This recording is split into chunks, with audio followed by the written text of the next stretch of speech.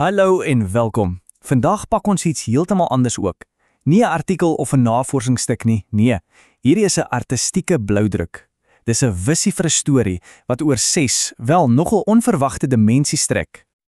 Kom ons duik sommer dadelik in met die skepper se eie woorde. Dis tyd vir die klankvisie om lewendig te word. Hierdie een sin gooi ons dadelik in 'n wêreld wat misterieus en amper poëties voel. Dit sê vir ons van die begin af, hierdie is nie net 'n storie wat jy gaan lees nie, dis 'n ervaring wat jy moet hoor en voel. En waar speel hierdie visie af? Wel, die bron skets 'n baie spesifieke prentjie. Dink hieraan, 'n kamer met 'n 6-hoekige of heksagonale vloer. Teen die een muur is daar iets wat 'n kalender van klank genoem word. Dis dadelik duidelik, né? Dis nie 'n gewone sitkamer of verhoog nie. Dis 'n simboliese arena waar heeltemal verskillende wêrelde op die punt staan om te bots.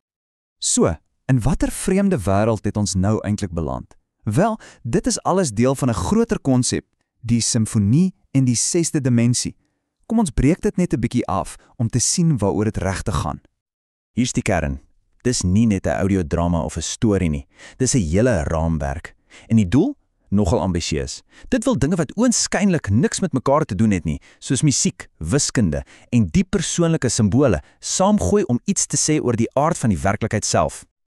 En hier is hulle dan, die 6 sogenaamde dimensies. Kyk net na hierdie kombinasie. Musiek en wiskunde, ja, oké, hulle is familie. Maar dan gooi jy filosofie, tegnologie, die noodlot in die vorm van speelkaarte en persoonlike simboliek by. Dis die boustene wat hierdie simfonie gebruik om 'n totaal unieke werklikheid op te bou. Goed, nou dat ons die boustene het, kom ons kyk na die rolverdeling. Want in hierdie wêreld is die karakters nie mense soos jy en ek nie. Nee, hulle is lewende, asemhalende simbole.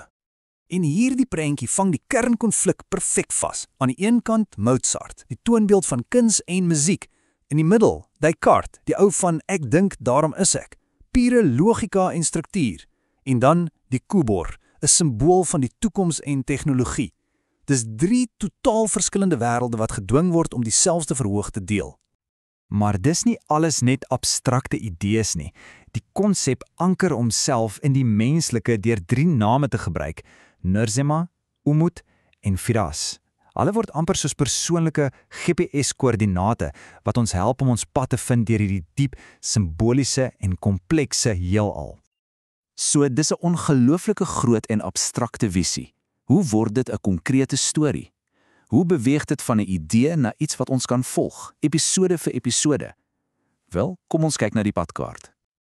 Die brondokument gee vir ons 'n baie duidelike roete, 5 episodes, 5 hoofstukke wat hierdie komplekse raamwerk vir ons gaan lewe gee. En hier is daardie padkaart in meer detail. Kyk mooi hoe elke episode 'n unieke vektor of rigting verken. Dit kombineer 'n tema, soos die heksagoon van lig, met 'n spesifieke musieknoot en 'n noodlotkaart. Van die kartesiese stelsel tot parodie in die spytsheelal. Elke episode is raaisel op sy eie.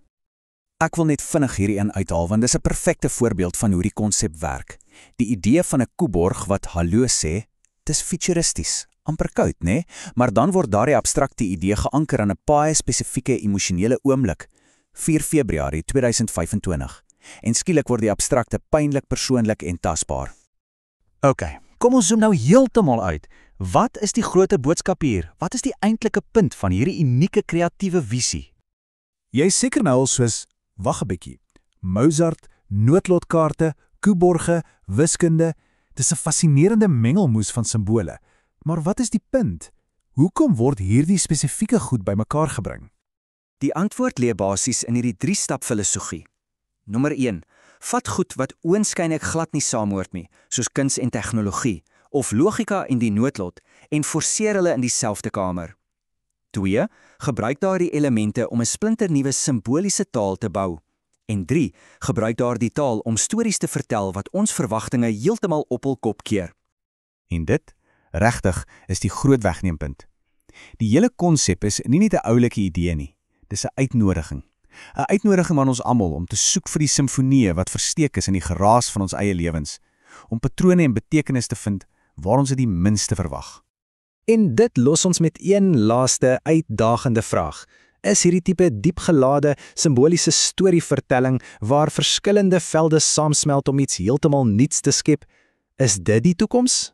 Dis beslis iets om oor na te dink.